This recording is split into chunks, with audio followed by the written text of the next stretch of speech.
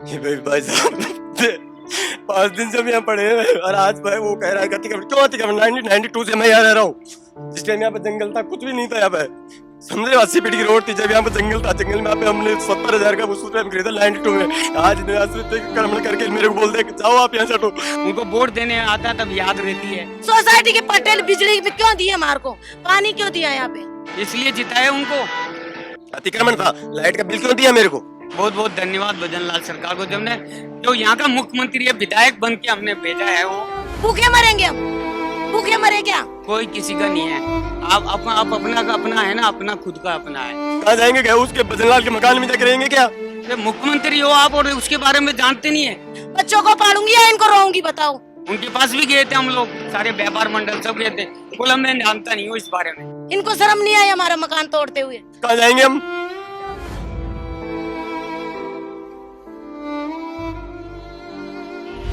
पीछे का वो नज़ारा चीलगाड़ी रेस्टोरेंट को जो है ध्वस्त किया जा रहा है, जो भी के अतिक्रमण के क्षेत्र में था। अब आपको बता दें कि जिस तरीके से बुलडोजर यहाँ चल रहा है और जहाँ तक जो सूचना मिली है इस चीलगाड़ी रेस्टोरेंट के अंदर ये मान के चलिए 40 लोगों का स्टाफ बताया जा रहा था जिनका रोजगार छिन गया। हालांकि ये रेस्टोरेंट मेन रोड पर मौजूद है और अभी जो है कार्रवाई के दौरान जेडीए की जो कार्रवाई है, बड़ा एक्शन जो प्लान है, मास्टर प्लान को लेकर जो है बीजेपी सरकार जो काम कर रही है, जो एक सपना देख रही है 2047 का, वो सपना लोगों के सपनों को कुचलकर और लोगों के रोजगारों को छीन कर कहीं ना कहीं वो काम कर रही है। जेडीए के द्वारा इस अतिक्रमण को तो हटाया गया, लेकिन इसमें काम करने वाले 40 लोगों का बेरोजगार जो है आज वो हो चुके हैं, उनका रोजगार जो है छीन लिया गया है। जिस तरीके से लगातार जेडीए की जो कार्रवाइयां जारी हैं उसमें आप देखेंगे इसी कड़ी में मेरे साथ कुछ एक लोग भी मौजूद हैं, उनसे भी बातचीत करने का प्रयास करेंगे कि कितने लोगों का रोजगार छिना है और इस कार्रवाई पर वो क्या कहेंगे। चीलगाड़ी का मैनेजर हूँ मनोज सिंह राठौर। हमारे 40 आदमियों का परिवार बिल्कुल खत्म हो गया है। हमारी सरकार ने कुछ भी नहीं सुनी, न मुआवजा दिया, न कोई टाइम पीरियड दिया इतना कि इतने होना।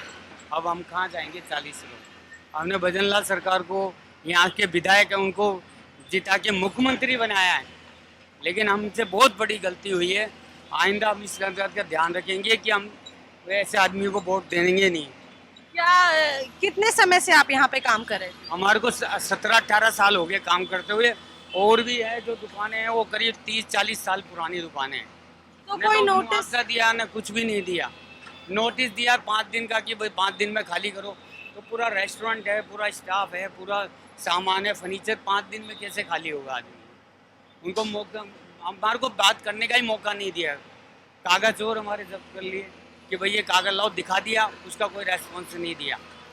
जबकि मुख्यमंत्री मोदी जी कहते हैं कि रोजगार दे रहे हैं, हम रोजगार दे रहे हैं। किस बात का रोजगार। हमारे 40 आदमियों का रोजगार वैसे ही छीन लिया। बंगाल के भी लोग थे, बंगाली भी थे, उत्तरांचल के भी थे, सभी तरह के थे। वो बेचारे कल परसों रोके यहाँ दिन भर परेशान होकर चले गए।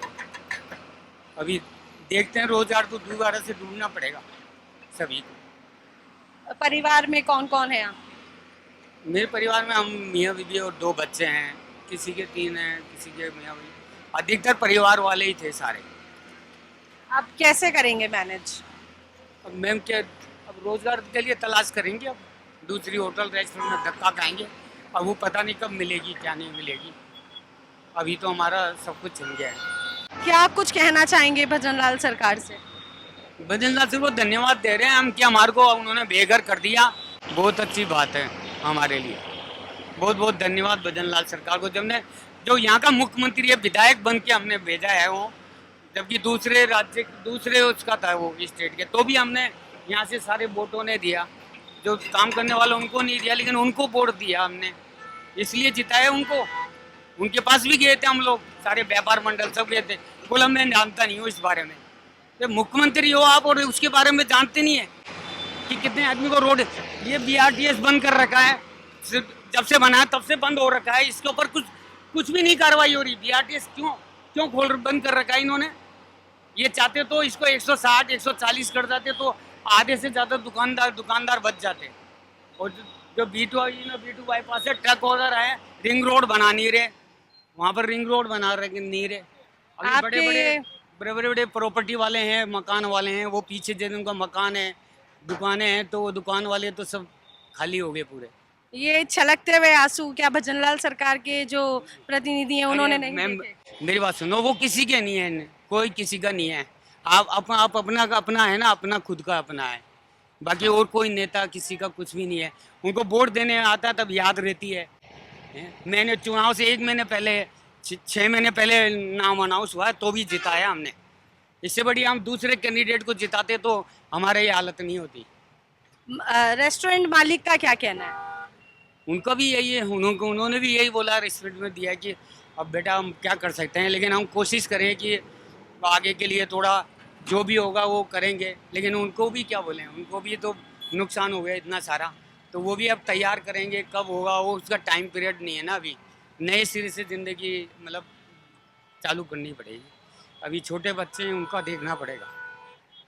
ये वो दौर है, वो मंजर है जहाँ पर आंखों के आंसू अपने आप अपने दर्द को बयां कर रहे हैं। जो लोग जिनका रोज़गार यहाँ था, आज वो रोज़गार छिन गया है।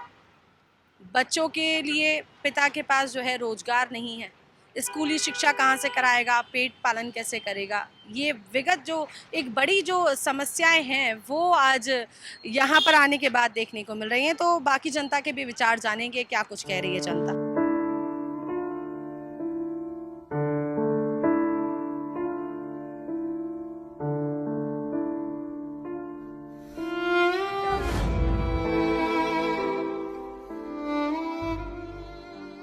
अतिक्रमणों को तोड़ा गया है, क्या कुछ कहेंगे? अतिक्रमण हटाना तो अच्छी बात है, लेकिन बदले में लोगों का पुनर्वास करते हैं। लोग 30-30 40 साल से रह रहे हैं, अपना व्यापार कर रहे हैं, वो तो बेरोजगार हो गए, वो तो रोड पे आ गए। अतिक्रमण होने क्यों दिया सरकार ने? अगर पहले रोड थी तो 200 फीट रोड इन्होंने बनाई है अभी 91 में 2003 के मास्टर प्लान में इसको 200 फीट किया। उससे पहले 100 फीट रोड थी, लोगों ने 100 फीट छोड़ के उस हिसाब से बना लिए।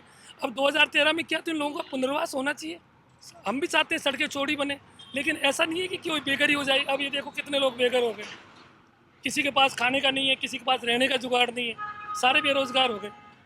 तो बिजली कनेक्शंस भी तो दिए थे, तो कनेक्शन भी वो कैसे दे दिए? हाँ वही तो है, अगर अतिक्रमण था या इनके कब्जे थे तो इनको बिजली कनेक्शन क्यों दिया? और जमीनें तो काश्तकार की थी, तो सरकार ने उनको भी मुआवजा नहीं दिया, तो सरकारी भूमि कैसे हो गई? और किसी को कोई मुआवजा नहीं दिया और सबको बेघर कर दिया। आपका यहाँ पे क्या था? कोई बिजनेस था, हॉस्पिटल था? नर्सिंग होम आज रोड पे खड़े हैं, मरीज बेचारे परेशान हो रहे हैं। कितने समय से आपने था यहाँ पे बना रखा था इसे? ये हमारा 98 से स्टार्ट है, यहाँ से हॉस्पिटल 98 से चल रहा है।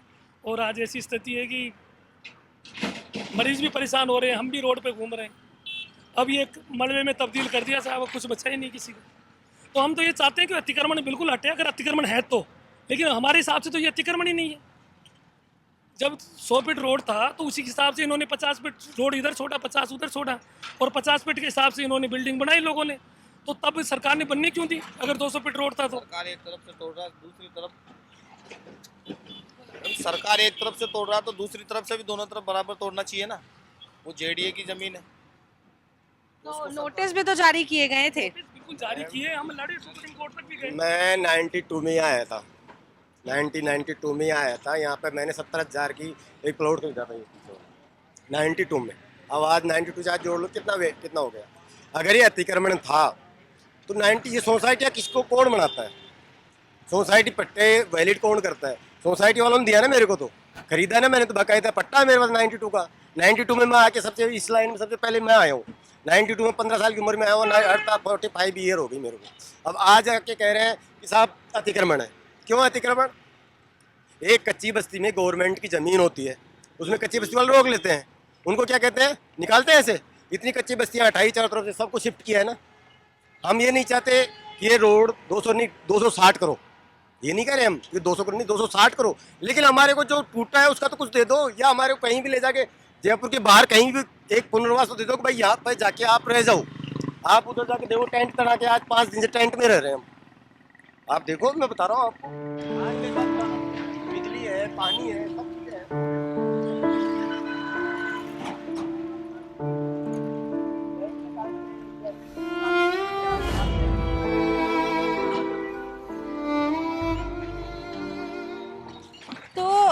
इस वक्त जो है हम लोग पहुंच रहे हैं, जैसा कि जो हमारे साथ एक शख्स मौजूद है उन्होंने बताया कि उनके घर को, उनकी दुकानों को तोड़ दिया गया। आज जो है वो टेंट में रहने को मजबूर है और ये वो हालात हैं जिस तरीके से यहाँ पर इन्होंने देखा कि जो चूल्हा है वो एक घर के बाहर जो है फ़िलहाल टेम्प्रेरी बेसिस पे लगा रखा है। लोगों के जो चूल्हे हैं उसे जलाने के लिए, ये जो गैस सिलेंडर्स हैं उन्हें रखने के लिए जगह नहीं है, इस चूल्हे को रखने के लिए जगह नहीं है। जिस तरीके से ये अतिक्रमणों को हटाया गया है, इस गंदगी के अंदर यहाँ पर खाना बनाने को मजबूर है क्योंकि परिवार का पेट पालना है। और साथ ही साथ ये देखेंगे कि जैसा कि इस टेंट के नीचे, इस टीन शेड के नीचे जो है परिवार रहने को मजबूर है क्योंकि जो घर की जो छत है वो हटाई जा चुकी है, आसरा छीन लिया गया है सपनों को। केवल ऐसा नहीं है कि केवल इन मलबों में जो है ईंट पत्थर नहीं है, लोगों के सपने हैं, लोगों का आशियाना है, उसे तोड़ दिया गया। आज जनता इतनी बेबस है, जनता इतनी परेशान है कि आज हालांकि अभी मानसून आया नहीं है पूरी तरीके से, उमस है, गर्मी है और इस गर्मी के बीच, इस टीन शेड के इस गर्मी के बीच में रहने को जो है लोग मजबूर हैं, परिवार को इस टीन शेड के नीचे पालने को मजबूर है। स्थितियां ऐसी हैं, लोगों का कहना कुछ ऐसा है कि जब अगर अतिक्रमण था तो आपने बिजली कनेक्शन क्यों दिए, पानी के कनेक्शन क्यों दिए, अतिक्रमण था तो सरकार का ध्यान पहले क्यों नहीं गया। और ऐसा नहीं कि जयपुर शहर में कुछ यही क्षेत्र में अतिक्रमण है, अगर अतिक्रमणों को हटाने की बात आती है तो इस जयपुर शहर के अंदर हजारों ऐसे अतिक्रमण होंगे, लेकिन जनता बात कर रही है मुआवजे की, जनता बात कर रही है पुनर्निवास की। अगर आप लोगों को अतिक्रमण हटा रहे हैं तो उन्हें कुछ समय दिया जाता।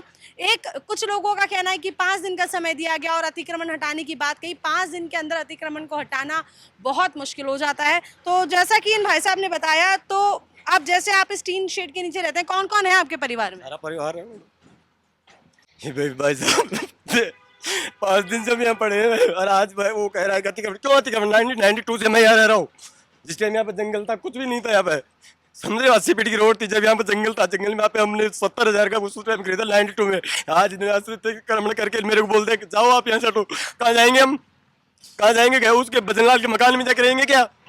वो तो कहती है अतिक्रमण, अतिक्रमण क्यों है हमारा, बताओ। कच्ची बस्ती वाले को उठा के देखो आप, एक मस्जिद रोड के बीच में बन जाती है, उसको बोल देते हैं कि ये रोड टेढ़ा हो जाएगा, लेकिन मस्जिद नहीं हटेगी। क्यों? हमारे हम ये जो गरीब आदमी उसके लिए अतिक्रमण, आगे जाके बड़े बड़े बिल्डर्स है तो 200 बोल रहे हैं 200 फीट करो, उनको फायदा देने के लिए इन्होंने गरीबों को मार दिया। ये अतिक्रमण क्यों है? अतिक्रमण हमने 92 में 17,000 की वैल्यू बताई आप, उस टाइम बोर्ड लगाते यहाँ पे कि अतिक्रमण है आप मत करो, तो मैं नहीं क्यों करी था। मैं, मेरे बाप ने जो जिंदगी भर वहाँ अहमदाबाद में कमाई जो लगा के लाके यहाँ लगा दी, वो बेचारा में मरते मरते मर के दिला गया, बेटे तुम रहो। आज हमारे को 31 साल बाद में यहाँ रोड पे यही है वो गवर्नमेंट यही चाहती है गरीबों के साथ करने के लिए। 30 साल से रह रहे, आज के जाओ आप यहाँ से। अतिक्रमण, अतिक्रमण क्यों है? हमने सोसाइटी का पट्टा खरीदा ना, पैसे में खरीदा ना, क्यों अतिक्रमण? किसको बोलते अतिक्रमण? अतिक्रमण बोलते गवर्नमेंट की जमीन पर कब्जा करना। हमने कोई कब्जा नहीं किया। कब्जा क्यों किया? हमने तो खरीदा सोसाइटी से बाकायदा, और सोसाइटी से अगर था अतिक्रमण था, लाइट का बिल क्यों दिया मेरे को?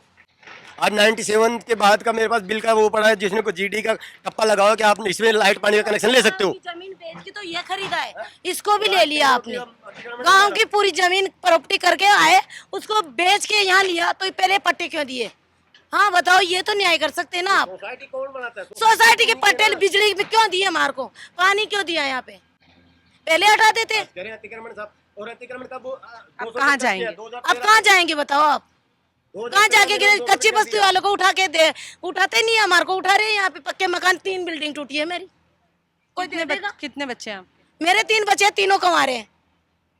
अब कैसे पालन पोषण कैसे करेंगे? रोजगार छिन गया, घर छिन गया। सोचना चाहिए कैसे करें, इनको रोएंगे क्या हम? बस खड़ा कर दिए तो पूरी प्रॉपर्टी तो ले ली हमारी और हमको नंगे कर दिए। भूखे मरेंगे हम, भूखे मरे क्या? 3 बिल्डिंग में लगा दिया हमने पैसा पूरा। आज की तारीख में 3 मंजिल का मकान कोई बना लेगा? गरीब आदमी बन सकता है क्या? अब मेरे से बन सकती है क्या? बच्चों को पालूंगी या इनको रोऊंगी बताओ? क्या कुछ कहेंगे? मजदूर है, हम मजदूरी करके पेट भर रहे हैं, इनको शर्म नहीं आई हमारा मकान तोड़ते हुए? ये गार्डन वाले तो बोल दिए, ये तोड़ दिए हमारा मकान, तो गार्डन वाले की सुनते, पहले सुन लेते। आज के 20 साल 40 साल से रह रहे, तब सुन लेते ना, हमारी क्यों सुने? तो जिस समय आप लोगों को कनेक्शन दिया गया था उस समय नहीं बताया अतिक्रमण ने? तो वो बताती ना, जेडीए बताती ना हमारे मकान तोड़े क्यों। अब उसको रोड पे बैठ के रोए क्या? आप बताओ, हम रोए क्या उसको बैठ के? हमारे बच्चों को क्या खुला है? छोटे छोटे बच्चे हैं, उसको पढ़ाया नहीं, कितनी महंगाई है। एक पिता के आंखों से छलकते हुए आंसू और एक माँ का दर्द इस बात के लिए, इस चिंता से विचलित है कि बच्चों का पालन पोषण कैसे होगा, बच्चों की स्कूली शिक्षा पे ध्यान देंगे या बच्चों को छत ला के देने के लिए। जिंदगी भर की कमाई मकान बनाने में लगा दी और उस मकान को तोड़ने में लगे कुछ मिनटों के अंदर मकान धराशायी हो गया, आशियाना टूट गया, सपना टूट गया और बहते दिखाई दिए केवल आंसू।